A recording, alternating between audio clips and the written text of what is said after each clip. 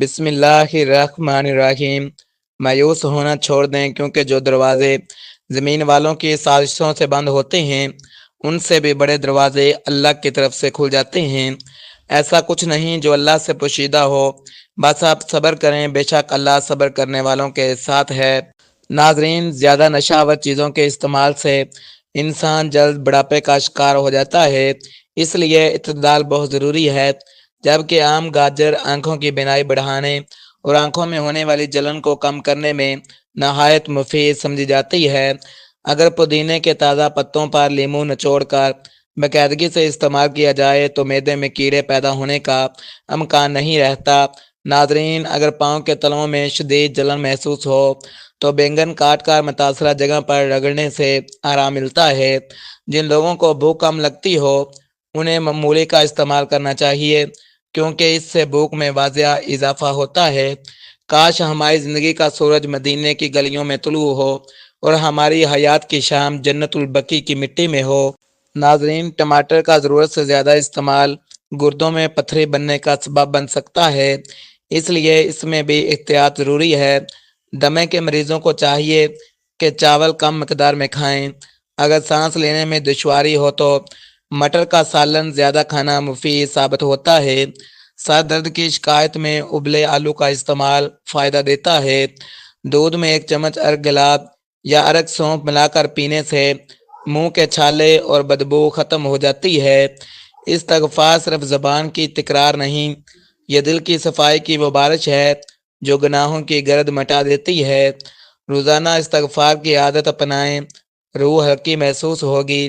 ناظرین، اگر پیٹ میں کیڑوں کا مسئلہ ہو تو پودینے کے پتوں کا رس ناف میں لگانے سے کیڑے مر جاتے ہیں۔ کھانسی کی حالت میں ٹھنڈا پانی پینے سے پرہیز کرنا چاہیے، کیونکہ یہ نقصان دہ ہو سکتا ہے۔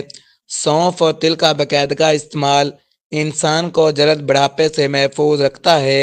ناظرین، اگر روزمرہ خوراک میں پودینے کی چٹنی شامل کر لی جائے تو چہرے پر جھڑیاں اور قبل از وقت بڑھاپا ظاہر نہیں ہوتا۔ اپنی زندگی ان لوگوں سے کبھی نہ ملائیں جو حرام سے لطف اندوز ہو رہے ہیں، چاہے بظاہر وہ زیادہ کامیاب اور خوش نظر آئیں۔ یقین کریں، اس دنیا کی کوئی چیز آپ کے دین کے مقابل نہیں۔ جب فجر دن کی شروعات نماز سے ہوگی تو ہر کام آسان ہو جائے گا۔ ناظرین، چنے کی دال کا سالن جسم کے پٹھوں اور گوشت کو مضبوط بناتا ہے۔ چہرے کی خوبصورتی میں اضافے کے لیے دودھ کے ساتھ کھجور کا استعمال نہایت فائدہ مند ہے۔ نزلہ زکام کی صورت میں ابلا ہوا انڈا کھانا مفید سمجھا جاتا ہے۔ جوانی کی کمزوری سے بچنے کے لیے شہد کے ساتھ 3 دانے کشمش اور 1 دانہ الائچی کھانا طاقت بڑھاتا ہے۔ کچھ رشتے تمہیں نہیں توڑتے، وہ تمہیں آہستہ آہستہ خود سے خالی کر دیتے ہیں۔ حرام ریلیشن شپ میں سب کچھ ہوتا ہے، بس سکون نہیں ہوتا، اور اللہ جب تمہیں وہاں سے نکالتا ہے، یہ اس دن کا اعلان ہوتا ہے جب تم نے دنیا کی محبت کے مقابلے میں اللہ کی محبت کو چن لیا۔ ناظرین، اچھی صحت برقرار رکھنے کے لیے رات کو جلد سونا اور صبح جلد جاگنا بہت ضروری ہے۔ اس کے ساتھ ساتھ کھانا ہمیشہ وقت پر کھانا چاہیے۔ زیادہ چائے پینے سے چہرے پر سیاہی آنا شروع ہو جاتی ہے اور پیٹ کی بیماریاں جنم لیتی ہیں۔ خراٹوں سے نجات کے لیے سونے سے پہلے پودینے کے پتے سونگھنا مفید ہے۔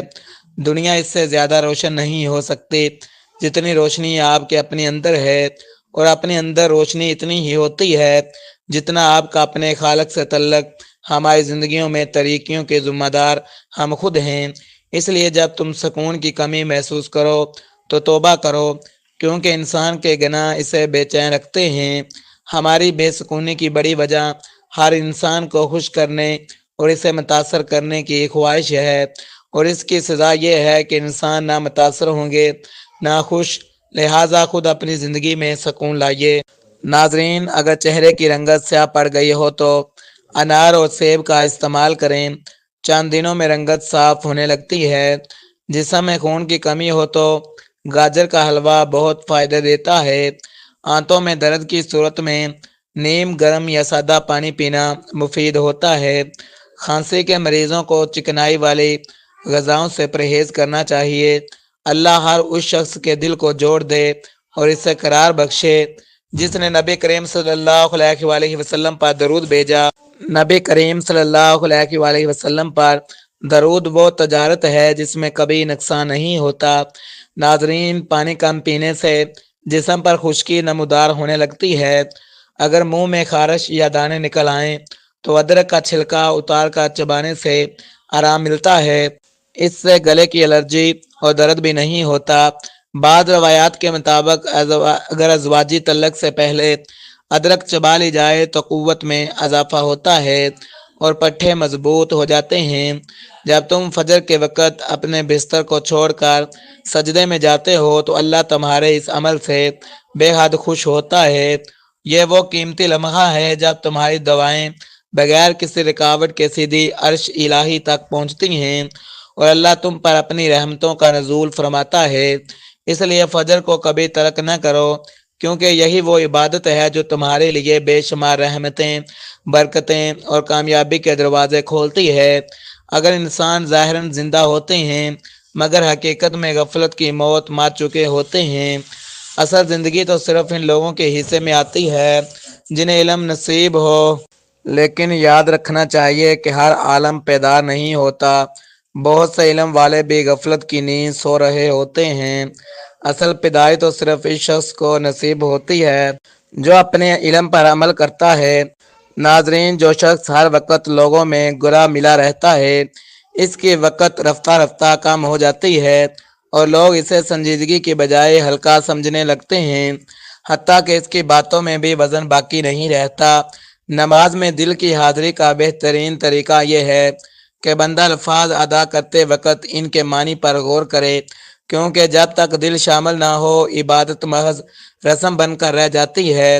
میرے رب کی محبت کا اندازہ بھی کتنا انوکھا ہے کہ وہ سب کچھ دیکھنے کے باوجود بندے سے پوچھتا ہے کہ ہے کوئی مانگنے والا، گویا عطا کرنے کا بہانہ ڈھونڈتا ہے۔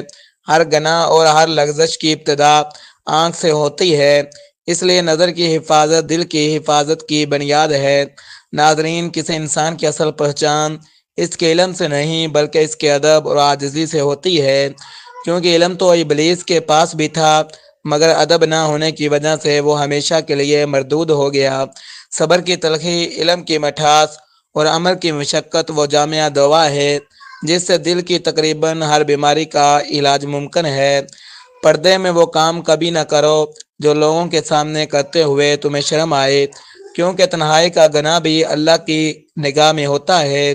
خواہشات پر قابو پانا فرشتوں کی صفت ہے اور خواہشات کے ہاتھوں مغلوب ہو جانا جانوروں کی علامت ہے۔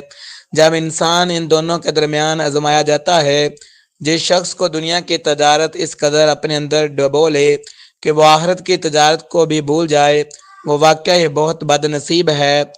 ہر چیز کو اس کی جڑ سے توڑا جا سکتا ہے، اس لیے برائی کا علاج ابتدا ہی میں ضروری ہے۔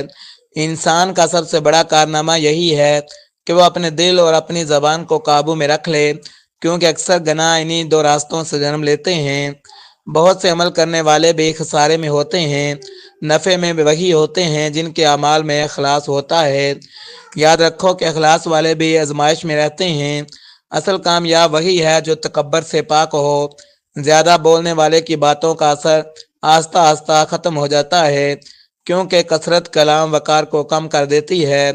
دنیا کا سب سے بڑا غم یہ نہیں کہ انسان مشکلات میں گرا ہو، بلکہ اصل غم یہ ہے کہ وہ اپنے رب کو بھول جائے۔ جو شخص گناہ کو معمولی سمجھتا ہے وہ دراصل اپنی تباہی کے بہت قریب پہنچ چکا ہوتا ہے۔ ناظرین، دنیا کا سب سے بڑا سکون دوسروں کو سکون دینے میں ہے، کیونکہ یہی وہ عمل ہے جو دل کو حقیقی خوشی دیتا ہے۔ جو بندہ اللہ پر مکمل بھروسہ کرتا ہے اس کے لیے ناممکن راستے بھی آسان ہو جاتے ہیں، کیونکہ اللہ تعالیٰ اس کے لیے اسباب پیدا فرما دیتا ہے۔ جو شخص اپنے دل کو قابو میں رکھتا ہے وہ شیطان پر غالب آ جاتا ہے، اور جو خاموشی سے سیکھ لیتا ہے وہ اپنے نفس کے بہت سے مسائل حل کر دیتا ہے۔ وہ دل جو اللہ کے ذکر سے خالی ہو بالکل ویران مکان کی مانند ہوتا ہے، جہاں روشنی بھی نہیں، سکون بھی نہیں۔ انسان کی سب سے بڑی طاقت صبر ہے اور سب سے بڑی کمزوری غصہ، کیونکہ غصہ عقل کو اندھا کر دیتا ہے۔ جب دنیا کی محبت دل میں غرق کر لیتی ہے تو آخرت کی فکر آہستہ آہستہ دل سے نکل جاتی ہے۔ جو شخص گناہ کو ہنسی مذاق میں لیتا ہے وہ دراصل اپنی بربادی کو خود دعوے دے رہا ہوتا ہے۔ نیکی چاہے چھوٹی ہو یا بڑی وہ کبھی ضائع نہیں ہو جاتی۔ اللہ کے ہاں ہر خیر محفوظ رہتی ہے۔